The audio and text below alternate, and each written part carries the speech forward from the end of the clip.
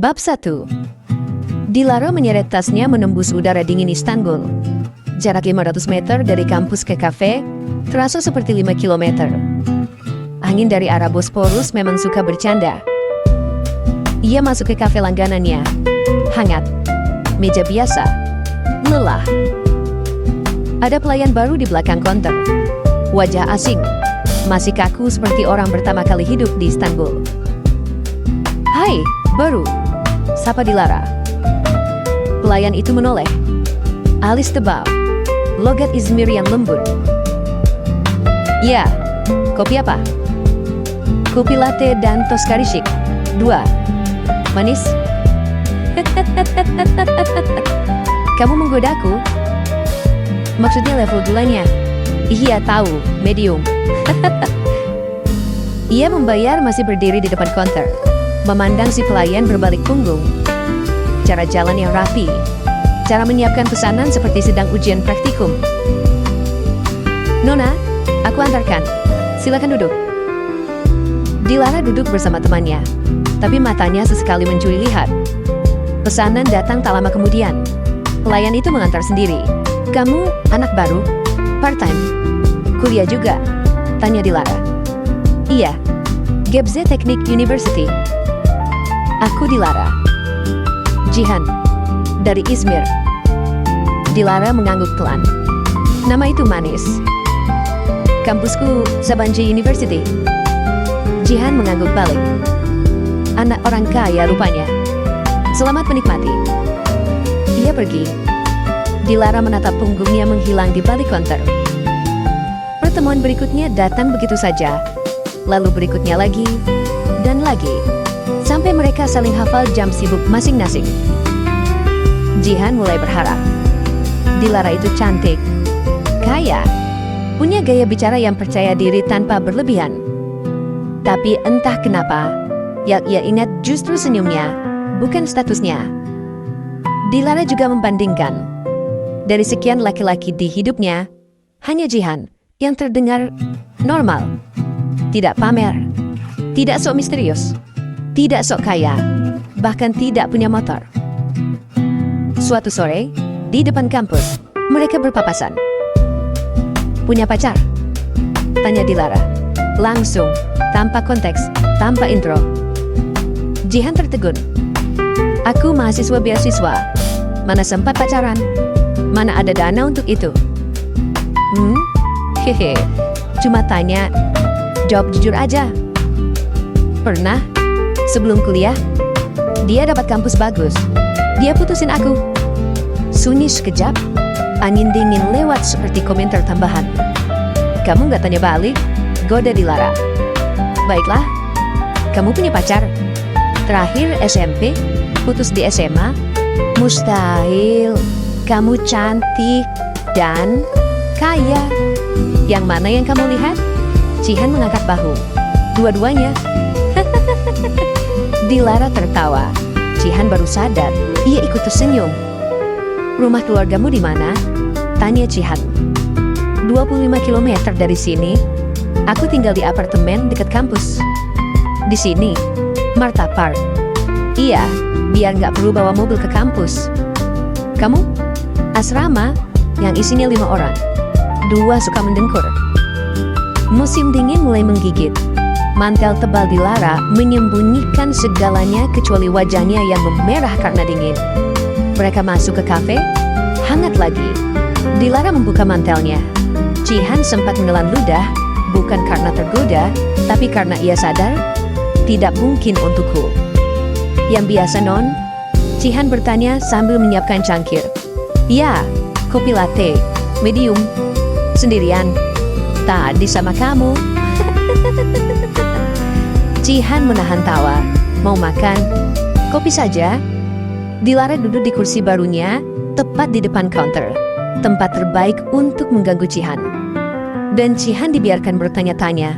Sejak kapan kopi latte terasa seperti sinyal? Bab 2. Dilara baru pulang dari rumah keluarganya di Kadikoy. Liburan semester yang seharusnya ringan justru membuat dadanya berat. Rumah besar itu dengan halaman menghadap laut seakan punya ruang kosong yang tidak pernah bisa diisi siapapun. Ia sudah dewasa sekarang. Setidaknya begitu kata ibunya sambil memberikan kartu debit baru. Biar untuk kebutuhan kuliah.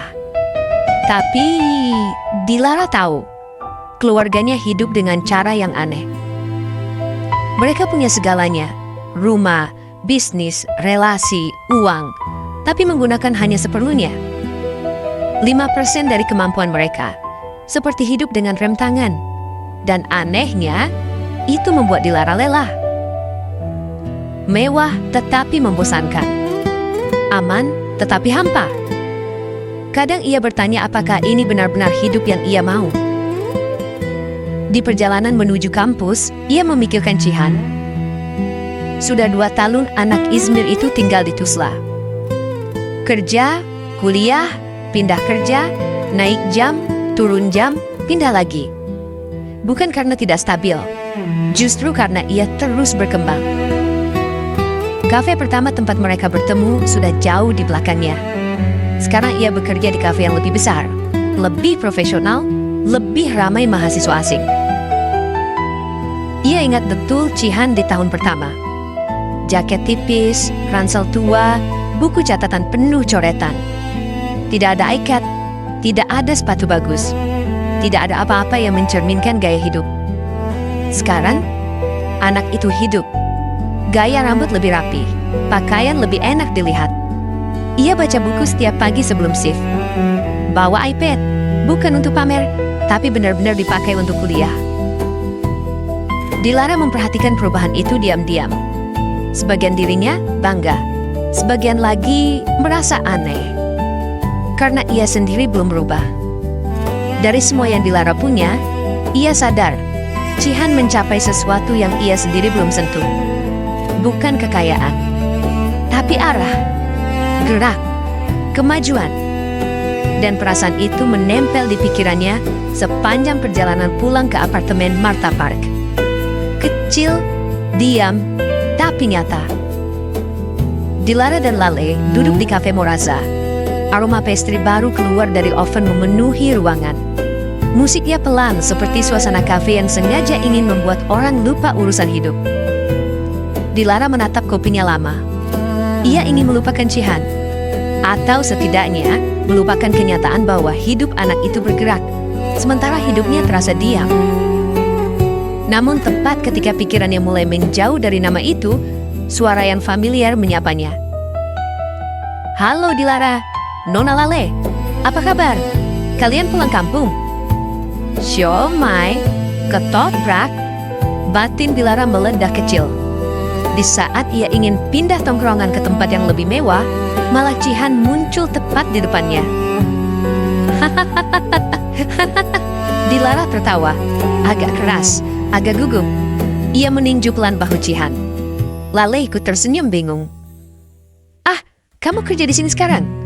Iya Dilara, jawab Cihan, santai. Aku semi pastry chef sekarang. Kursus? Iya, sama kursus bahasa asing. Ini meningkat. Dilara mengangkat 2 jarinya, membuat gestur uang sambil tersenyum tipis. Tentu saja. Cihan tertawa pendek, lalu meninggalkan mereka dan masuk ke dapur. Lale memandang Dilara lama. Apaan itu barusan? Cihan kerja di sini sekarang, jawab Dilara, pura-pura datar. Kamu kok seperti nggak bahagia? Untuk apa begitu? Lale mengaduk minumannya, tidak menatap Dilara. Tapi kamu kelihatan banget tadi. Kelihatan apa? Entahlah. Tapi Lale tahu lebih banyak dari yang ia katakan. Cihan selalu merasa Dilara terlalu tinggi untuknya. Cihan pernah bilang, ia hanya untuk dikagumi, bukan untukku. Bab 3. Dilara sadar ada yang aneh. Dadanya sesak setiap ponselnya menyala. Ia jatuh cinta pada Cihan. Sungguhan. Ini aneh bagi perempuan yang biasanya bosan dalam 2 minggu, kini menunggu notifikasi dari seorang pelayan kafe yang jam tangannya mungkin lebih murah dari kopinya. Hari itu, Cihan datang ke apartemennya. Dilara mengundang. Alasan logis, ingin dibuatkan kue spesial yang tak ada di kafe. Lale sudah duduk di sofa, mengamati Jihan membuat kue. Aroma butter hangat memenuhi ruang. Dilara duduk di karpet, pura-pura sibuk dengan iPad, padahal hatinya berdebar. "Ini untuk kalian," kata Jihan. Dilara menunduk, pipinya memerah. Bering! Bel apartemen bunyi. Dilara membuka pintu. Di luar berdiri Asena, mamahnya, dan kakaknya, Sureya. Keduanya berdandan sempurna, aura wanita Kadikoi yang lelah setelah seharian memerintah dunia. "Surprise!" kata Sureya sambil masuk. Begitu mereka melihat Jihan di dapur, apron, mixer menyala, ruangan langsung membeku. Hening yang mahal, sekelas tas Hermes di lengan Asena. Asena tersenyum tipis. "Kalian pesan catering?" "Ini Jihan, teman kampus," sahut Dilara cepat. "Selamat sore ibu," ucap Jihan sopan. Tatapan Asena menyapu Jihan dalam 0,8 detik. Rambut, apron, sepatu. Asesmen selesai. Kualitas di bawah standar. "Kamu bekerja?" Nada suaranya seperti bertanya pada pelayan yang salah membawa sampahnya. "Di kafe ibu." "Oh," satu suku kata yang terasa seperti stempel penolakan. Suraya ikut menilai, seperti memeriksa buah memar. "Kamu sering kesini?" "Tidak." "Syukurlah," bisiknya. Lalu mendengus. Jihan melepas apron perlahan. "Saya pamit, kuenya untuk kalian." Dilara berdiri. "Jihan," tapi pintu sudah tertutup. Asena duduk, merapikan sari sutranya. "Dilara, lain kali tolong pilih tamu yang sesuai dengan standar kita." Kalimat itu menggantung di udara, lebih tajam dari pisau kue tadi. Dilara terdiam. Untuk pertama kalinya, ia marah bukan pada hidup mewahnya, tapi karena seseorang yang ia cintai baru saja diperlakukan seperti keset bermerek. Lale salah tingkah. Ia bukan dari kalangan super tajir, walau cukup berada.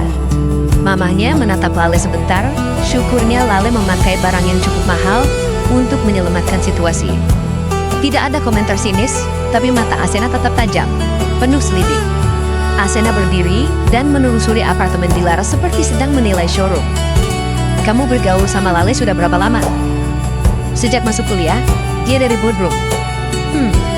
Bodrum adalah kawasan elit." Pertanyaan terhenti. "Aku bawakan Weni." Sebentar lagi dia datang sama supir. Weni, asisten rumah tangga dari Jawa. Dilara menatap mamahnya. "Mama memata-mataiku. Kamu melakukan kesalahan?" Asena hendak pergi kembali ke Kadikoi. Sebelum keluar, Dilara menoleh. "Apa Jihan sebuah kesalahan?" Dilara terdiam, hatinya panas. Asena menghela napas. "Sayang, kamu terlalu di atas untuk kelas Jihan." Ia mendaham kecil, entah untuk menguatkan kata-katanya atau menutupi kekesalannya sendiri. "Dan ingat, bukan hanya mama yang kamu tentang." Pintu menutup. Ruangan kembali hening. Tapi kini, hening itu milik Dilara. Dan rasanya jauh lebih menyakitkan dari komentar siapapun.